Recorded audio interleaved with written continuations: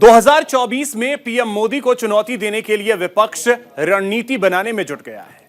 विपक्ष के लिए चाणक्य की भूमिका निभा रहे नीतीश कुमार ने ज्यादा से ज्यादा विपक्षी पार्टियों को एक साथ जोड़ने की कोशिश शुरू कर दी है। नीतीश का दिल्ली दौरा क्या विपक्ष को बीजेपी के खिलाफ एकजुट कर पाएगा? देखिए रिपोर्ट। 2024 चुनाव को लेकर रणनीति तेज। विपक्ष को एकजुट करने में जुटे नीतीश।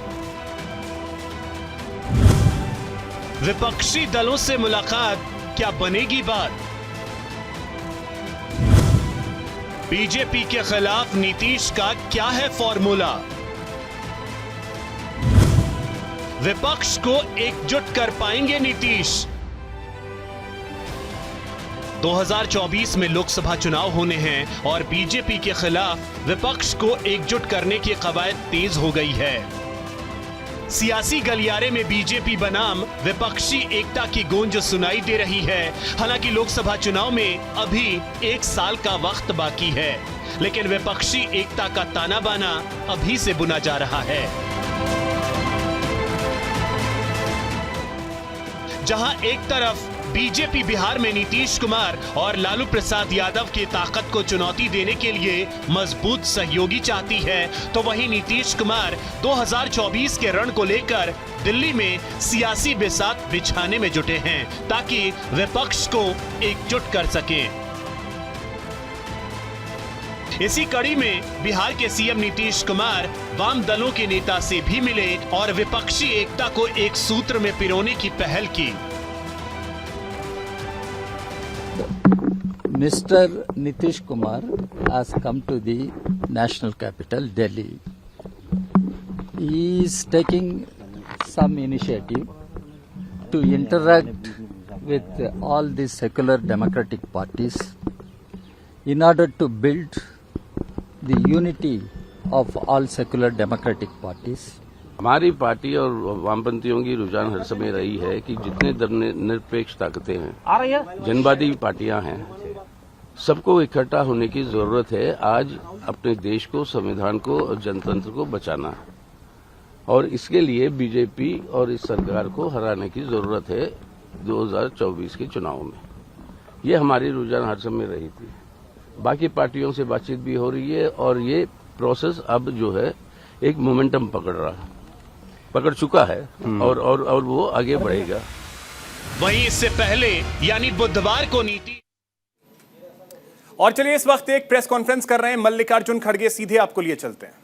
ये थी कि देश में यूनिटी हम रखेंगे अपोजिशन का और सभी मिलके आज जो घटनाएं घट रही हैं देश में, उन देश को बचाने के लिए और लोकतंत्र को बचाने के लिए और संविधान को सुरक्षित रखने के लिए और फ्रीडम ऑफ स्पीच, एक्सप्रेशन, नौजवानों के एम्प्लॉयमेंट के लिए और जो इन्फ्लेशन जैसे इश्यूज हैं, ऐसे सारी चीज़ों को लेकर एक जो ऑटोनोमस बॉडी का भी जो मिसयूज़ हो रहा है, ये सभी चीज़ों को लेकर हम एक होकर लड़ने के लिए तैयार हो गए हैं और एक एक करके हम सबसे बात करेंगे। अब तो कल आप देखे हैं कि 2 पार्टियां मिले थे, कांग्रेस भी थी, आज पवार साहब भी आए हैं और उनका भी कहना यही है कि सबसे मिल के हम बात करेंगे और एक होकर आगे चलने की पूरी कोशिश करेंगे। तो इसीलिए मैं यही चाहता हूं कि हम मिलके काम करें देश के लिए और देश के हित में। तो इसके लिए हम सबसे मिल रहे हैं और यही विचार पवार साहब का भी है कि सबसे मिलना चाहिए और जितने भी लाइक माइंडेड पार्टीज भी है और दूसरे भी है, देश के हित में काम करने वाले, सबसे लेकर हम चलना चाहिए। यही डिस्कशन हुआ, दूसरा और कुछ नहीं। यही बात आपके सामने मैं रख रहा हूँ। अब पवार साहब अपनी बात करो। कोई बदलने की कोई आवश्यकता नहीं है। जो खड़गे साहब ने बताया वही थिंकिंग हम सब लोगों का है, मगर खाली थिंकिंग रखकर कोई फ़ायदा नहीं। ये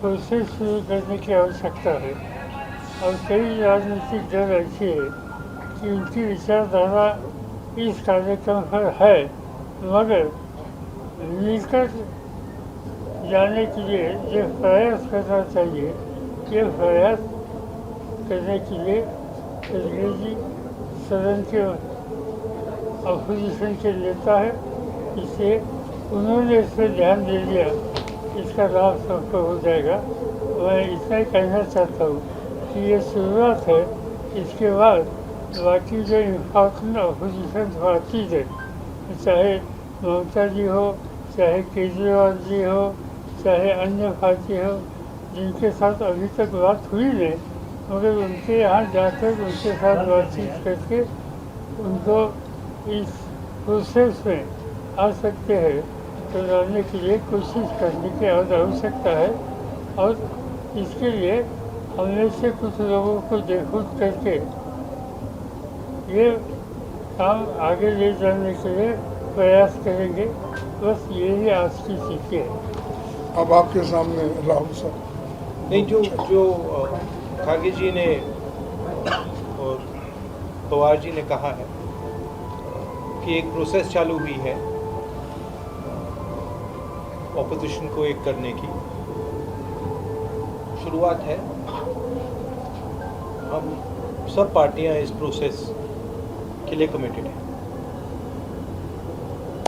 thank you. Thank you. Thank you so much.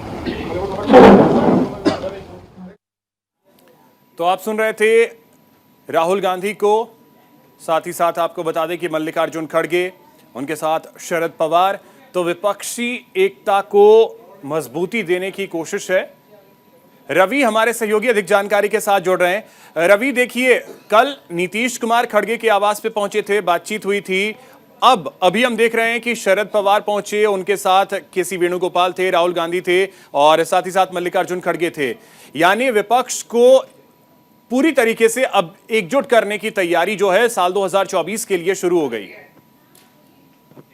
हाँ बिल्कुल, देखिए 2024 से पहले विपक्षी एकता और एकजुटता दो चीजें हैं, उसे पूरा करने में कांग्रेस पार्टी जुटी हुई है। और खासतौर पे कहा जा सकता है कांग्रेस पार्टी के राष्ट्रीय अध्यक्ष मल्लिकार्जुन खड़गे जुटे हुए, क्योंकि पिछले दिनों आपने देखा था उन्होंने नीतीश कुमार से फोन पर बात किया था, शरद पवार से भी बात किया था, ममता बनर्जी से भी बात किया था, और अब एक एक करके तमाम जो बड़े नेता है विपक्ष के वो मल्लिकार्जुन खड़गे से मुलाकात करने आ रहे हैं उनके आवास पर। राहुल गांधी भी इन तमाम मुलाकातों में रह रहे हैं। तो जाहिर सी बात है विपक्षी एकजुटता की जो वानगी है वो अब दिखने लगी है, क्योंकि जिस तरीके से कल नीतीश कुमार के साथ तकरीबन 1 घंटे से ज्यादा देर तक मुलाकात हुई, बैठक चला, तेजस्वी यादव भी उसमें मौजूद रहे और आज खुद शरद पवार पहुंच गए और बैठक होता है। क्योंकि देखिए अभी कुछ दिन पहले ही अडानी के मसले पर जिस तरीके का शरद पवार का बयान निकल कर आया था, उससे लग रहा था कि विपक्षी एकजुटता में फूट हो सकती है, पर आज खुद शरद पवार मल्लिकार्जुन खड़गे के आवास पर पहुंचे हैं, राहुल गांधी वहां पर मौजूद हैं और एक बात सभी नेता बार बार कह रहे हैं, चाहे वो शरद पवार हो, नीतीश कुमार हो, तेजस्वी यादव हो या फिर राहुल गांधी हो, कि विपक्ष को हम लामबंद करेंगे, सभी विपक्ष एक साथ है, एकजुट होकर आगे चलेंगे, तभी सरकार से लड़ाई लड़ सकते हैं। क्योंकि देखिए सामने भारतीय जनता पार्टी की सरकार है, तमाम कद्दावर नेता है और दूसरी तरफ बिखरा हुआ विपक्ष नजर आ रहा था। तो इस विपक्ष को एक साथ लाने की जो कवायद है वो कांग्रेस पार्टी के राष्ट्रीय अध्यक्ष द्वारा लगातार किया जा रहा है। अब देखना ये होगा कि समन्वयक की भूमिका में कौन रहने वाले, क्या नीतीश कुमार संयोजक की भूमिका में रहेंगे, शरद पवार रहेंगे या फिर कोई और रहेगा, और खासतौर पे हमें इंतजार करना पड़ेगा। अच्छा रवि, ये कितना आसान और कितना मुश्किल लग रहा है, क्योंकि अभी देखिए शरद पवार ने ये कहा कि अभी अरविंद केजरीवाल जी से बात होनी है, साथ ही साथ ममता बनर्जी के साथ बात होनी है, तो ये कितना आसान लग रहा है, क्योंकि आपको हर राज्य से जो क्षेत्रीय लीडर्स हैं उनके पास आपको जाना पड़ेगा। चाहे आप बंगाल जाइएगा तो ममता बनर्जी के पास जाना पड़ेगा, साउथ अगर आप जाते हैं तो आपको केसीआर हो गए, उनके पास जाना पड़ेगा, जगन मोहन रेड्डी हैं, नीचे आप चलते जाइए, पिनराई विजयन है, सबके पास आपको जाना पड़ेगा। कितना आसान और कितना मुश्किल ये लग रहा है? देखिए मुश्किल तो है, पर ये कहा जाए कि जिस तरीके से नीतीश कुमार को एक जिम्मेदारी दे दी गई है अनौपचारिक तरीके से, क्योंकि अभी औपचारिक तरीके से ऐलान नहीं हुआ है, फिलहाल अनौपचारिक तरीके से जो बानगी है और जो जिम्मेदारी है वो नीतीश कुमार को दे दी गई है। इसी के तहत नीतीश कुमार जो है, कल आपने देखा कि अरविंद केजरीवाल से मुलाकात करने जाते हैं, आज डी राजा से मुलाकात करने जाते हैं। कल हो सकता है उनकी मुलाकात ममता बनर्जी से भी हो और उसके बाद ममता बनर्जी हो या फिर केसीआर हो, वो दिल्ली पहुंचे खड़गे के आवास पर और उनसे मुलाकात करें और राहुल गांधी भी इस मुलाकात के दौरान मौजूद रहे, क्योंकि नीतीश कुमार को कहीं ना कहीं जिम्मेदारी मिल गई है और वो विपक्ष को एकजुट करने में लगे हुए हैं। तमाम विपक्ष के जो बड़े नेता हैं उनसे वो मुलाकात करें और राज्यों को छोड़कर केंद्र में किस तरीके से लड़ाई लड़ी जाए, 2024 की जो लड़ाई वो किस तरीके से लड़ा जाए, उस पर जो है रणनीति और तैयारी जो है नीतीश कुमार के जरिए करने की कवायद जो है कांग्रेस पार्टी कर रही है। हमें इंतजार करना होगा और देखना पड़ेगा कि भूमिका जो है नीतीश कुमार की क्या रहने वाली है, क्या संयोजक के रूप में उनको ऑफिशियल अनाउंस किया जाता है या फिर वो इसी तरीके से लगातार विपक्ष के तमाम नेताओं से मुलाकात करते रहेंगे और विपक्ष को एकजुट एक साथ एक लामबंद करने की कवायद करते रहेंगे। ठीक है, अगर रवि इस पर परिप्रेक्ष्य में भी हम आपसे समझें, अगर ये सभी विपक्षी पार्टियां एक मंच पे आती हैं, फिर देखिए हम अक्सर ये बात कहते हैं चेहरा कौन, चेहरे को लेकर जब कवायद शुरू होगी तब विपक्षी पार्टियों को एकजुट रख पाना वो कितना चुनौतीपूर्ण होगा। हाँ बिल्कुल, देखिए एक बहुत बड़ा सवाल है 2024 से पहले कि चेहरा कौन होगा, क्योंकि बिना किसी नाम और बिना किसी चेहरे के चुनाव में जाना और चुनाव लड़ना बहुत कठिन होता है। पर एक बात साफ है कि जिस तरीके से नीतीश कुमार अभी निकल कर आए हैं और नीतीश कुमार का एक बड़ा नाम है, एक बड़ा चेहरा है, लंबे वक्त से वो बिहार की राजनीति को समझते आ रहे हैं और ये कहा जाए कि दिल्ली का जो दरवाजा है उत्तर प्रदेश और बिहार से ही खुलता है, तो एक लंबा अनुभव नीतीश कुमार के पास है और कहीं ना कहीं कांग्रेस के नेता हो या फिर और भी विपक्षी दल के नेता हो, वो तारीफ करते रहते हैं नीतीश कुमार की कि नीतीश कुमार के पास एक लंबा अनुभव है और उनके चेहरे पर भी जा सकते हैं, तो शायद नीतीश कुमार को आगे किया जाए। पर अभी ये रवि, तारीफ करना और चेहरा बनाना ये दोनों मतलब दोनों एक दूसरे के अपोजिट हैं ऐसा लगता है, लेकिन इसमें यह भी चीज समझना चाहिए। अब देखिए बिहार यूपी की अगर बात कर लें तो यूपी में फिर अखिलेश यादव हो गए, मायावती हो गई, अखिलेश यादव एक दूरी बना करके लगातार चल रहे हैं। इसके अलावा थर्ड फ्रंट को लेकर के बातें होते रहती हैं, तो फिर मेन पेंच अगर कहीं फंसेगा तो वो चेहरे पे, क्या राहुल गांधी के चेहरे पे तमाम विपक्षी पार्टियां एक हो पाएंगी?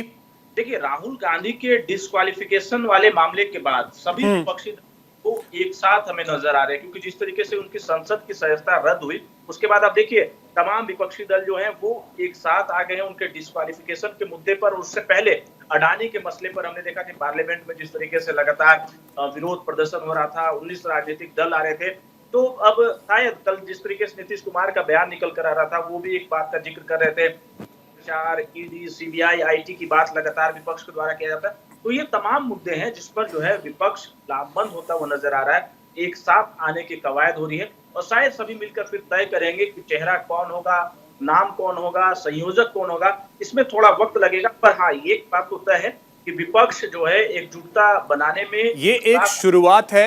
ये शुरुआत आगे कहां तक जाती है और इसकी मंजिल जो है साल 2024 के लोकसभा चुनाव है, वहां तक जाते जाते ये तमाम जो विपक्षी पार्टियां हैं कितना एकजुट होती हैं, चेहरे पे कितना एकजुट रहती हैं, ये देखने वाली बात होगी। बहुत शुक्रिया रवि आपका तमाम जानकारी के लिए। तो इसी के साथ इस बुलेटिन में इतना ही। नमस्कार।